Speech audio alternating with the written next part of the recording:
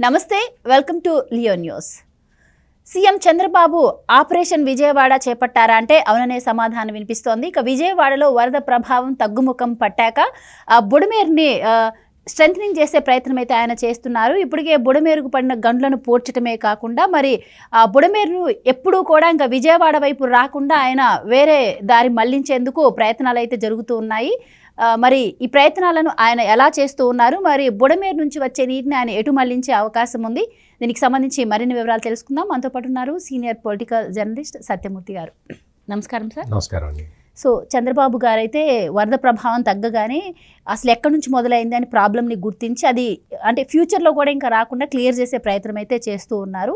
So ఏంటి sir, అంటే బుడమేరుని ఎలా స్ట్రెంథనింగ్ చేస్తారు అంటే అక్కడ ఉన్న అక్రమ కడ్డాలన్నీ తొలగిస్తారా, అలాగే ఆ బుడమేరు నుంచి వచ్చే నీరు ఎటు వెళ్ళేటట్లు చంద్రబాబు గారు ప్లాన్ చేస్తున్నారు? సో ఏం చెప్తారు దాని గురించి క్లియర్గా ఓవరాల్గా? ఇక్కడ ఏంటంటే బుడమేరు అసలు ఎటు నుంచి ఎడిపోతుంది ఏంటి అనేది అదొక పెద్ద సబ్జెక్ట్. ఇక్కడ బుడమేరు ముంపు ప్రాంతాలలో జగన్మోహన్ రెడ్డి ముఖ్యమంత్రిగా ఉన్న సమయంలో అన్ని ఇల్లీగల్ ఆక్యుపేషన్స్ వచ్చేసినాయి. కొన్ని చోట్ల అయితే లేఅవుట్లు వేసి బిల్డింగులు కూడా కట్టేశారు. అదొక సమస్య. ఇంకొక సమస్య ఏంటి అంటే బుడమేరు గట్లు ఉంటాయి కదా, ఆ గట్ల మీద మట్టి తవ్వుకుని అమ్ముకున్నారు.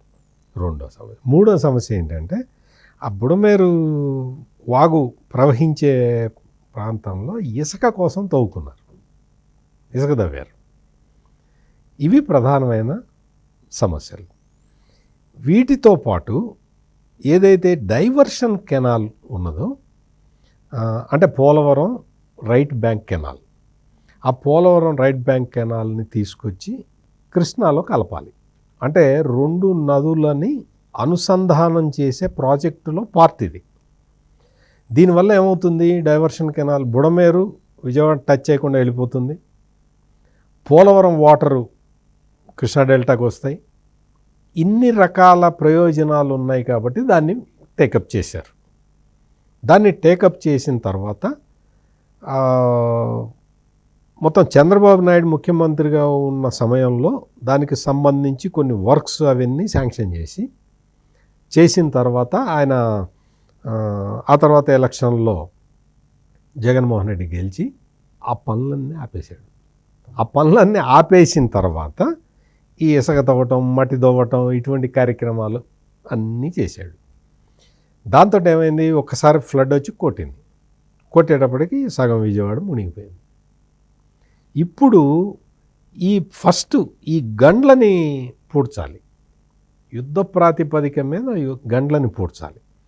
ఆ గండ్లని పూడ్చడానికి జలవనరుల శాఖ మంత్రి డాక్టర్ నిమ్మల రామనాయుడికి చెప్పి నువ్వు 3 గంటలు పూడ్చిన తర్వాతే విజయవాడ రా అని చెప్తే ఆయన అక్కడే తిన్నాడు, అక్కడే పడుకున్నాడో లేదో మనకు తెలియదు, కానీ అక్కడే ఉండి ఆ పనులు చేయించాడు. మొత్తం గండ్లు పూర్తి చేయించాడు. 2 గంటలు ఈజీగా పూర్తయినాయి. 3వ గండి పూడ్చటం అనేది చాలా కష్టమైంది. చాలా కష్టమైతే ఆర్మీ ఇంజనీరింగ్ విభాగాన్ని పంపించారు. మీరు కూడా హెల్ప్ చేయండి అంటే ఆర్మీ ఇంజనీరింగ్ విభాగం వచ్చే లోపలే వీళ్ళు దాదాపుగా పూర్తి చేసేసారు. 3వ గండిని కూడా పూర్తి చేశారు. దాన్ని లోకేష్ పర్యవేక్షించటం, ఆయన వెళ్ళి చూసి రావడం, ఆయన కూడా ఇదంతా జరిగింది. ఆ తర్వాత ఏంటంటే 3వ గండికి కొంత సీపేజ్ ఉంది, అంటే దాని నుంచి వాటర్ లీక్ అవుతూ ఉన్నది. దీన్ని ఎట్లా ఆపాలి అనే దాని మీద మళ్ళీ తర్జన్ జరిగిన తర్వాత దాని మీద ఒక లేటెస్ట్ టెక్నాలజీ తోటి ఆ సీపేజీని అరెస్ట్ చేశారు, ఆపారు. ఈ రోజున అంటే 10వ రోజున చంద్రబాబు నాయుడు వరద ప్రాంతాల్లో తిరుగుతూ, విజయవాడ వరద ప్రాంతాల్లో ఈ బుడమేరు గండ్లు పూడ్చిన చోటకు కూడా వెళ్ళి ఆయన చూసొచ్చినప్పుడు క్లియర్ కట్గా బుడమేరు ఈ గట్లని స్ట్రెంగ్తన్ చేయాల్సిన అవసరం అయితే ఉన్నది. బుడమేరు ఈ ముంపు ప్రాంతాలన్నింటిలో కూడా ఆక్రమణలన్నీ తొలగించేస్తామని చెప్పి ఆయన చెప్పేశారు. మొత్తం ఈ గట్లని స్ట్రెంగ్తన్ చేయటం అంటే ఏంటి అంటే ఇంకా ఎక్కువ వాటర్ వచ్చినా కానీ ఇప్పుడు 17,500 క్యూసెక్కులు దాటి ఇంకా వచ్చినా కానీ మొన్న అయితే దాదాపుగా 45,000 క్యూసెక్కులు ఒకరోజు బాగా వచ్చిందనమాట. సో అంటే 11 అడుగుల ఎత్తులో వచ్చింది ప్రవాహం. దాంతో అక్కడ ఇంకా గట్లు కూడా వాటిని ఆపలేవు కదా, గట్లని కూడా ఓవర్ఫ్లో అయిపోయి ప్రవహించినాయి కదా. సో ఈ విధంగా ఇట్లా మళ్ళీ డ్యామేజ్ ఇట్లా జరగకుండా గట్లని స్ట్రెంగ్తెన్ చేయాలి. ఫస్ట్ గండ్లు పూడ్చారు, నెక్స్ట్ ఇప్పుడు గండ్లని స్ట్రెంగ్తెన్ చేస్తున్నారు. గండ్లను స్ట్రెంగ్తెన్ చేసిన తర్వాత ఇప్పుడు ఆల్టర్నేటివ్ ప్లాన్ చేస్తున్నారు. మామూలుగా ఏంటంటే బుడమేరు వాగు వెళ్ళి కొల్లేరులో కలవాలి, కొల్లేరు సముద్రంలో కలుస్తుంది. ఇప్పుడు ఈ బుడమేరు నుంచి వెలగటూరు దగ్గర రెగ్యులేటర్ పెట్టి రెగ్యులేటర్ నుంచి దాన్ని కృష్ణానదికి మళ్లించాలి అనేది అది ప్లాన్, ఒరిజినల్ ప్లాన్. ఆ ప్లాన్ని ఇంప్లిమెంట్ చేయటంతో పాటు ఇక్కడ కాలువలు ఇవన్నీ కూడా అంటే మామూలుగా దీని అప్రోచ్ ఛానల్స్ వీటన్నిటినీ కూడా మొత్తం పరిశుభ్రం చేస్తున్నారు, బండ్స్ని స్ట్రెంగ్తనింగ్ చేస్తున్నారు. ఈ కార్యక్రమాలన్నీ యుద్ధ ప్రాతిపదికన చెయ్యాలి అని చెప్పేసి ముఖ్యమంత్రి చంద్రబాబు నాయుడు ఆదేశాలు ఇచ్చాడు. ఇవన్నీ కూడా మొత్తం ఈ బండ్స్ స్ట్రెంగ్తనింగ్ అనేది చాలా ఇంపార్టెంట్ విషయం. జగన్మోహన్ రెడ్డి మొత్తం మట్టి తవ్వి చేసి అంత వీకెండ్ చేశాడు కాబట్టి వాటిని స్ట్రెంగ్తెన్ చేసుకోవాలి. స్ట్రెంగ్తెన్ చేసుకునే కార్యక్రమం కూడా చాలా ఫాస్ట్గా జరగబోతున్నది. ఇంకా దానికోసమే ఆయన అక్కడికి వెళ్ళి మొత్తం అంతా పర్యవేక్షించి వచ్చాడు సీఎం.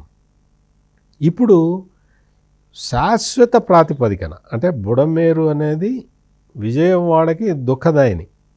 అంటే బుడమేరు వస్తుంది, విజయవాడ ముంచుతుంది.